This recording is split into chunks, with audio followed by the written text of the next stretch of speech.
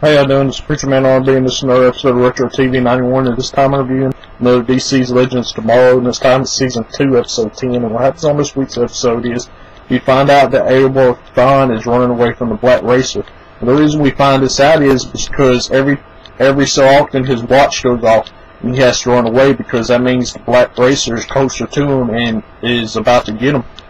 And the reason we find this out is because the Legends figure this out. They figure out that who Eobard Thawne is because Martin Stein tells them about Eddie Thawne shooting himself and wiping out Eobard Thawne from existence. And after they find this out, they figure out a plan how they can stop the Legion of Doom.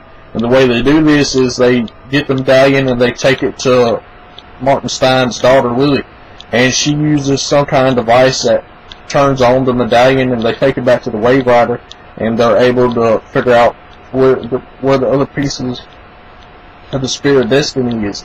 And during this, Lily is talking to Ray Palmer and Mick Rory, and Mick accidentally lets slip that she's a time aberration, and she goes to talk to Martin Stein, and she gets upset because she realizes that she doesn't exist before Martin Stein went back and interacted with himself in the past, and she thinks she wasn't wanted. And the reason Martin Stein didn't have kids to begin with is he didn't want to be like his father. He didn't want to wind up like his father. And he tells Lily this, and they make up, and then she goes back home. Well, what's happening with the Legion of Doom, they find a safety deposit box that has Rip Hunter's memories in it, and they're able to get to it. But when they get to it,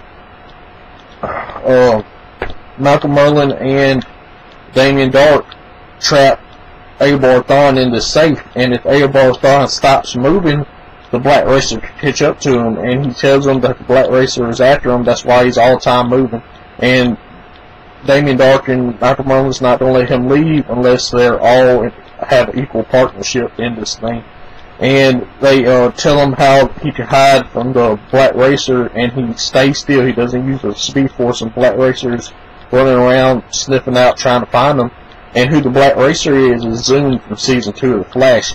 And they're able to get to knock Black Racer off his feet and lock him into the safe. And that's just a temporary fix for right now because they got to figure out a way to get rid of the Black Racer, but that you can't get rid of the Black Racer because he's the Grim Reaper of speedsters. He's always going to be there.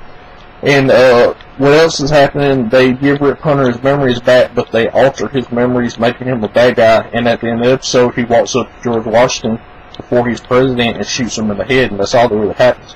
My question for y'all is, now that Rip Hunter is a member of the Legion of Doom, what's going to happen with that? As always, it's Preacher Man RB signing out. God, Jesus is awesome. It's been another episode of Retro TV 91. See y'all next time.